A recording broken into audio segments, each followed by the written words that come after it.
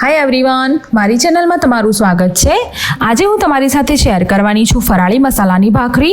તો ચાલો તેને બનાવવાનું શરૂ કરીએ। એક બોલની અંદર આ રીતે થોડો કરકરો હોય તેવો રાજગરાનો લોટ લેવાનો છે। હવે તેની અંદર હાફ કપ જેટલો શીંગોડાનો લોટ એડ કરી દઈશું। હવે તેની અંદર આ રીતે 1 ચમચી ભરીને અજમો 2 હાથની વચ્ચે ક્રશ કરીને એડ કરીશું। તેના લીધે તેનો ટેસ્ટ ખૂબ જ સરસ આવે છે। હવે તેની અંદર મરચું, હળદર અને ધાણા જીરું પાવડર એડ કરવાનો છે। હવે તેની અંદર સ્વાદ પ્રમાણે મીઠું એડ કરી દઈશું। તમે સિંધો મીઠું પણ યુઝ કરી શકો છો। હવે મોણ માટે 2 મોટી ચમચી ભરીને ઘી એડ કરવાનું છે। ઘી એડ કરવાથી ભાખરી ખૂબ જ ટેસ્ટી અને પોચી બને છે। હવે આ બધી જ વસ્તુને સારી રીતે મિક્સ કરી લેવાની છે। તમે જોઈ શકો છો કે મેં તેને સારી રીતે મિક્સ કરી લીધી છે। તો હવે તેની અંદર આ રીતે થોડું પાણી એડ કરી અને આપણે જે રેગ્યુલર ભાખરીનો લોટ બાંધીએ છીએ તેવી જ રીતે તેનો લોટ બાંધી લેવાનો છે। વધારે સોફ્ટ રોટલી જેવો લોટ બાંધવાનો નથી, આપણે ભાખરી જેવો જ લોટ બાંધવાનો છે।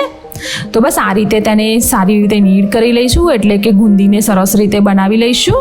તમે જોઈ શકો છો કે મારો ટાઈટ લોટ રેડી થઈ ગયો છે। તો હવે તેની અંદરથી આ રીતે મીડિયમ સાઇઝનો બોલ જેટલો લોટ લઈશું અને તેને આ રીતે ઓરસિયાની ઉપર તેલ લગાવી અને આપણે વણી લઈશું। વણતી વખતે ભાખરી ફાટી જશે તો વાંધો નહીં। હવે આપણે તેની ઉપર આ રીતે વાટકી મૂકી અને તેને કટ કરી લઈશું, જેથી કરી અને બધી જ ભાખરી એક જ સાઇઝની અને જે ફાટેલો ભાગ છે તે નીકળી જાય। તો મેં તેને આ રીતે કટ કરી લીધી છે અને હવે આપણે તેને સાચવીને ઓરસિયા પરથી કાઢી લઈશું અને પેનની અંદર ટ્રાન્સફર કરી લઈશું। હવે આપણે તેને સરસ રીતે રોસ્ટ કરવાની છે, ચડવવાની છે। તો તમે જોઈ શકો છો કે મેં તેને રોસ્ટ કરવા માટે પેનની ઉપર ટ્રાન્સફર કરી લીધી છે। 2 થી 3 મિનિટ થઈ જાય પછી તેને આપણે સાઈડ ચેન્જ કરી લઈશું। સાઈડ ચેન્જ કર્યા પછી તેની ઉપર થોડું તેલ લગાવી લઈશું અને આ રીતે આપણે તેનો ડાર્ક બ્રાઉન કલર થાય ત્યાં સુધી શેકી લેવાની છે। આ ભાખરી ખાવામાં ખૂબ જ ટેસ્ટી લાગે છે અને વ્રત વખતે ખાવાની ખૂબ જ મજા આવે છે। તો તમે જોઈ શકો છો કે મારી ભાખરી સરસ રીતે ચડી ગઈ છે। હવે આપણે તેને બહાર કાઢી લઈશું।